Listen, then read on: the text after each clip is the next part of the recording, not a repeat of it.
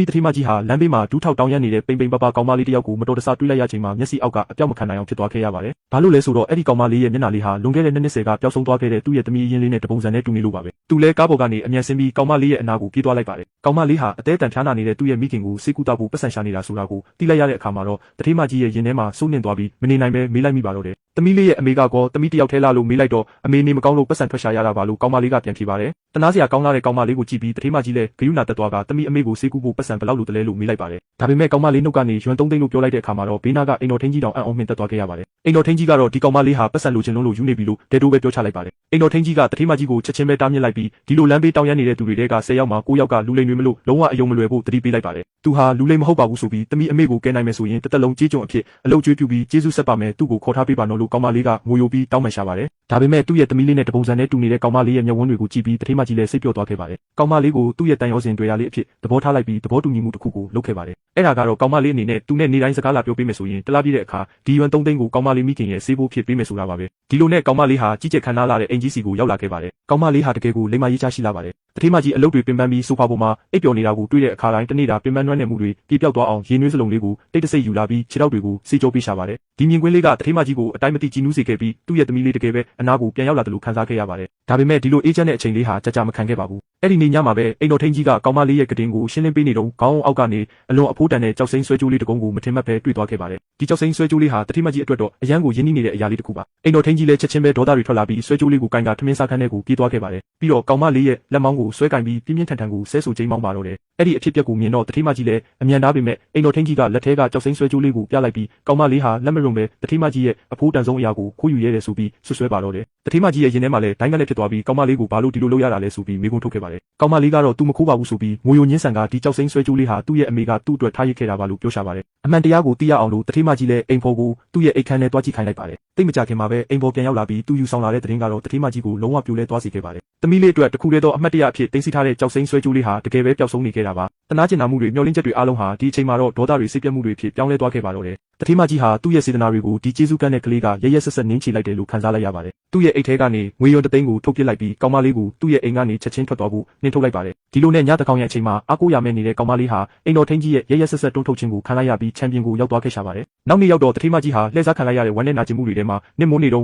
အိမ်ပေါ်ကအထိတ်တလန့်နဲ့ပြေးလာပြီးသူ့ရဲ့လက်ထဲမှာလည်းတခုခုကိုကြစ်ပါအောင်စုပ်ကင်ထားပါတယ်။တကယ်တော့သူအခန်းရှင်းလင်းနေတုန်းတတိမကြီးရဲ့ကတင်အောက်ကနေပျောက်ဆုံးသွားတဲ့ကြောက်စိမ့်ဆွဲကြိုးလေးကိုပြန်တွေ့ခဲ့တာပါ။ဒါပေမဲ့တတိမကြီးဟာကြောက်စိမ့်ဆွဲကြိုးနှစ်ကုန်းကိုရှင်ကြည့်လိုက်တဲ့အခါမှာတော့လုံးဝအံ့ဩမြင့်တက်သွားခဲ့ရပါတယ်။ဒီကြောက်စိမ့်ဆွဲကြိုးနှစ်ကုန်းဟာဖန်တီးရှင်ဖန်တီးထားတယ်လို့တစုံတည်းဖြစ်နေလို့ပါပဲ။အဲ့ဒီအချိန်လေးမှာပဲအတွင်းရေးမှုရဲ့ဖုန်းဝင်လာခဲ့ပြီးအမကန်အမှန်တရားတစ်ခုပေါ်ပေါက်လာခဲ့ပါတယ်။တကယ်တော့ဒီကောင်မလေးဟာတတိမကြီးရဲ့တွေးသားအရင်ချမြင့်မလေးဖြစ်နေပြီးကောင်မလေးရဲ့မိခင်ဟာတတိမကြီး20တိုင်အယူမူလိုက်လံရှာဖွေနေခဲ့ရတဲ့သူ့ရဲ့သမီးရင်းလေးဖြစ်နေခဲ့ပါတယ်။လွန်ခဲ့တဲ့နှစ်တွေကသမီးလေးဟာလူကုန်ကူးသူတွေရဲ့ခိုးယူခြင်းကိုခံခဲ့ရပြီးမမျှော်လင့်တဲ့မတော်တဆမှုတစ်ခုကြောင့်မှတ်ဉာဏ်တွေအားလုံးပျောက်ဆုံးသွားကစိတ်ကြမ်းမာရေးပါထိခိုက်သွားခဲ့ရတာပါ။ဒီနှစ်တွေတစ်လျှောက်လုံးတားမိ2ယောက်ဟာတယောက်ကိုတယောက်အားကိုးပြီးအမိုက်ကောက်ကဘဝကိုခက်ခဲဖြတ်တန်းခဲ့ကြရတာဖြစ်ပါတယ်။ဒါပေမဲ့လွန်ခဲ့တဲ့ရက်အနည်းငယ်ကပဲသမီးဖြစ်သူဟာကားတိုက်မှုထပ်ဖြစ်ခဲ့ပြီးအသက်အန္တရာယ်ဆိုးရရတဲ့အခြေအနေကိုရောက်နေကခွဲစိတ်ဖို့အတွက်ရွံ3သိန်းအရေးတကြီးလိုအပ်နေခဲ့တာပါ။တတိမကြီးလည်းအရာအားလုံးကိုသဘောပေါက်နားလည်သွားခဲ့ပါပြီ။သူအသေးတန်ရှာဖွေနေခဲ့ရတဲ့တွေးသားအရင်ချကိုသူကိုယ်တိုင်အိမ်ပေါ်ကနှင်ချခဲ့မိပြီလေ။သူလည်းပူလောင်တော့ကရောက်စွာနဲ့ဆေးရုံစီကိုအပြေးလွှားသွားခဲ့ပါတော့တယ်။ဒါပေမဲ့မြင်လိုက်ရတဲ့မြင်ကွင်းကတော့သူ့ကိုလုံးဝရင်ကွဲသွားစေခဲ့ပါတယ်။ဆေးဖိုးတွေမပေးနိုင်လို့ဆရာဝန်ကသူ့ရဲ့သမီးနဲ့မြေးမလေးကိုလူနာခန်းထဲကနေနှင်ထုတ်နေလို့ပါပဲ။ကောင်မလေးဟာလူနာကတင်ကိုအတင်းဖတ်ထားပြီးဆရာဝန်တွေကိုသူ့ရဲ့အမေကိုနှင်မထုတ်ဖို့ငွေယိုတောင်းပန်နေရှာပါတယ်။အဲ့ဒီရှုပ်ထွေးနေတဲ့အခြေအနေမှာဆရာဝန်ကအားနဲ့တွန်းထုတ်လိုက်တဲ့အတွက်ကောင်မလေးရဲ့ခေါင်းဟာစပွဲထောင်းနဲ့ပြင်းပြင်းထန်ထန်စောင့်မိသွားပြီးချက်ချင်းဆိုသလိုတွေးပန်းထွက်လာခဲ့ပါတော့တယ်။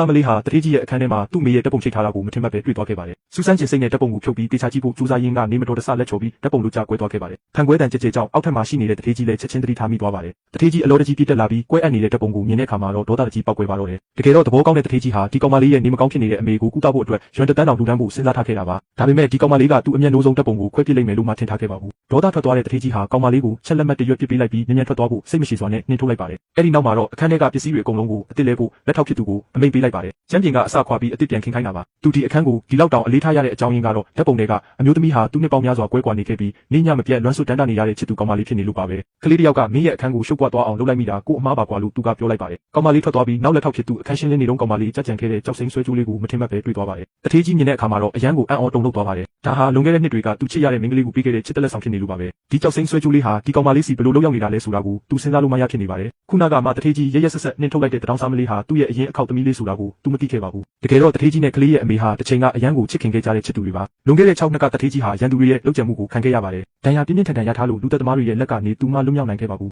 တထေးကြီးကိုအသက်ရှင်စေခြင်းတဲ့အတွက်ကောင်မလေးဟာတထေးကြီးရဲ့တားဆီးမှုတွေကိုဂရုမစိုက်ပဲလူသက်သမားတွေရှိရာဘက်ကိုရဲရဲဝံ့ဝံ့လှည့်ပြေးသွားခဲ့ပါတယ်မျက်စိတမိတ်အတွင်းမှာပဲ6နှစ်ဆိုတဲ့အချိန်တွေကုန်လွန်သွားခဲ့ပါပြီအခုချိန်မှာတော့တထေးကြီးဟာအောင်မြင်ကြော်ကြားနေပြီးလူတိုင်းလေးစားအားကြရတဲ့တထေးကြီးတစ်ယောက်ဖြစ်နေပါပြီဒါပေမဲ့ဒီနှစ်တွေအတွင်းမှာသူချစ်ရတဲ့မိန်းကလေးအသက်ရှင်နေသေးတယ်လို့သူအမြဲယုံကြည်ထားပြီးရှာဖွေဖို့ဘယ်တော့မှလက်မလျှော့ခဲ့ပါဘူးသူမပြန်လာမယ့်အချိန်ကိုတကူတည်းနေပြီးတိတ်တဆိတ်စောင့်မျှော်နေခဲ့တာပါအဲ့ဒီအချိန်ကလမ်းခွဲပြီးနောက်မှာသူမဟာစိတ်ပိုင်းဆိုင်ရာထိခိုက်ပြီးယူနန်နန်ဖြစ်သွားခဲ့ကြောင်းနဲ့သူ့အတွက်ချစ်စရာကောင်းတဲ့သမီးလေးတစ်ယောက်မွေးဖွားပေးခဲ့ကြောင်းကိုသူမသိခဲ့ပါဘူးကံကောင်းထောက်မစွာနဲ့ပဲသမီးလေးကလိမ္မာရေးချရှိပြီးအမေဖြစ်သူကိုအမြဲဂရုတစိုက်စောင့်ရှောက်ပေးခဲ့ပါတယ်ကလေးမအဖေမရှိတော့သူတို့ကိုရှာကျွေးမဲ့သူမရှိဘူးလေဒီကောင်မလေးကပဲအမိုက်ကောက်ပြီးပတ်စံရှာနေရတာလို့ပတ်ဝန်းကျင်ကပြောနေကြပါတယ်ဒါပေမဲ့တနေ့မှာတော့ကောင်မလေးရဲ့အမေဟာရုတ်တရက်သွေးတွေအန်ချလာပါတယ်ဆေးရုံကိုအရေးပေါ်ပို့ဆောင်ပြီးတဲ့နောက်မှာတော့အမေဖြစ်သူရဲ့သွေးကင်ဆာယောဂါဟာပိုးဆိုးလာပြီးချက်ချင်းဆေးရုံတက်ကူတာဖို့လိုအပ်ကြောင်းဆရာဝန်ကကောင်မလေးကိုပြောပြခဲ့ပါတယ်ဒါပေမဲ့ခွဲစိတ်ဆေးရုံတန်းဆိုတာဟာကောင်မလေးအတွက်တော့မိုးပေါ်ကကျေရီလိုလှမ်းမမိနိုင်တဲ့ပမာဏပါပဲကောင်မလေးစီမှာပလင်းခွန်တွေကောက်ရောင်းလို့စုဆောင်းထားတဲ့ပတ်စံ10ခန်းလောက်ပဲရှိတာပါကလေးလေးသမီးရဲ့ဒီပတ်စံတွေကဆေးရုံတက်ဖို့ဆေးရိတ်တောင်မှလောက်ဘူးကွဲလို့ဆရာဝန်ကပြောလိုက်ပါတယ်အဲ့ဒီအချိန်မှာပဲတထေးကြီးဟာလူနာခန်းရှိကနေဖြတ်သွားပါတယ်ဆရာဝန်ကတထေးကြီးဟာဒီဆေးရုံရဲ့အကြီးမားဆုံးပိုင်ရှင်ဖြစ်ပြီးနာမည်ကြီးကုသိုလ်ရှင်တစ်ယောက်ဖြစ်တာကိုတတိယသွားပါတယ်ဒါကြောင့်တထေးကြီးစီမှာအကူအညီတောင်းကြည့်ဖို့ကောင်မလေးကိုအကြံပေးလိုက်ပါတယ်အမေဖြစ်သူကိုကယ်တင်ဖို့အတွက်ကောင်မလေးဟာဆိုင်းပုတ်လေးကင်ပြီးတထေးကြီးရဲ့ကားကိုချက်ချင်းတားလိုက်ပါတယ်မေမေသွေးကင်ဆာဖြစ်နေလို့ပတ်စံတွေအများကြီးလိုနေပါတယ်ဒါပေမဲ့သမီးပကံဆေးပလင်းခွန်တွေကောက်ရောင်းတာတောင်အဲ့ဒီလောက်ပတ်စံမှရနိုင်မှုဖြစ်နေတယ်လို့ကောင်မလေးကပြောပြပါတယ်တထေးကြီးဟာကောင်မလေးရဲ့ရုပ်တွင်ကိုမြင်တဲ့အခါမှာတော့သူချစ်ခဲ့ရတဲ့ကောင်မလေးရဲ့ဟန်မှန်တွေပါနေတာကို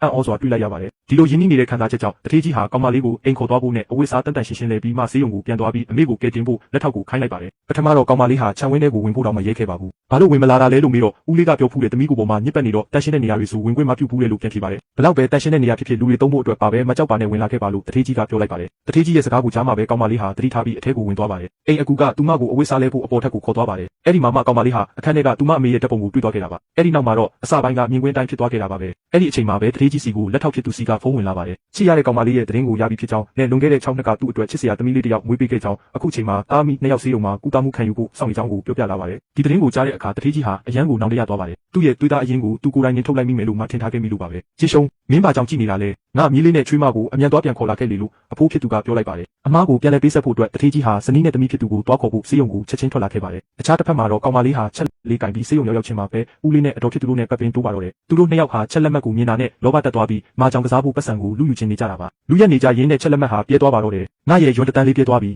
းရှင်ကဘာမှအသုံးမချဘူးကလေးတယောက်ကိုတောင်နိုင်အောင်မလူနိုင်ဘူးလားလို့အတော်ကဆူပါတယ်ပတ်စံမရလိုက်လို့ဒေါသထွက်သွားတဲ့ဦးလေးဖြစ်သူဟာတမျက်စိကိုကင်ပြီးကောင်မလေးကိုရိုက်နှက်ဆုံးမဖို့လုပ်ပါတယ်အတော်ဖြစ်သူကလည်းဘေးကနေတွေးထုတ်ပေးပြီးအကျွေးဆက်ဖို့အတွက်ကောင်မလေးကိုဆွဲခေါ်သွားပြီးရောင်းစားဖို့ပြောနေပါတယ်တောင်းပန်ပါတယ်ရွံ့ကိုမှခေါ်သွားပါနဲ့လို့အမေကတောင်းပန်ပါတယ်မေမေသမီးကြောက်တယ်လို့ကောင်မလေးကမူပြီးပြောပါတယ်မကြောက်နဲ့နော်လူဆိုးတွေကိုသမီးကိုခေါ်သွားခွင့်မပြုဘူးလို့အမေကနှက်သိမ့်ပါတယ်အရေးကြီးတဲ့အချိန်မှာအမေဖြစ်သူဟာဦးလေးကိုကိုက်လိုက်ပါတယ်နာသွားတဲ့ဦးလေးဟာလက်လွတ်လိုက်ရပါတယ်ဒီလိုရက်ကသူ့ကိုအရန်ဒေါသထွက်စေခဲ့ပြီးခုံကိုကောက်ကင်ကအမျိုးသမီးကိုရဲရဲဆက်ဆက်ရိုက်ချလိုက်ပါတော့တယ်အဲ့ဒီအချိန်မှာပဲရက်လိုက်ဆန်းဆိုတဲ့အတန်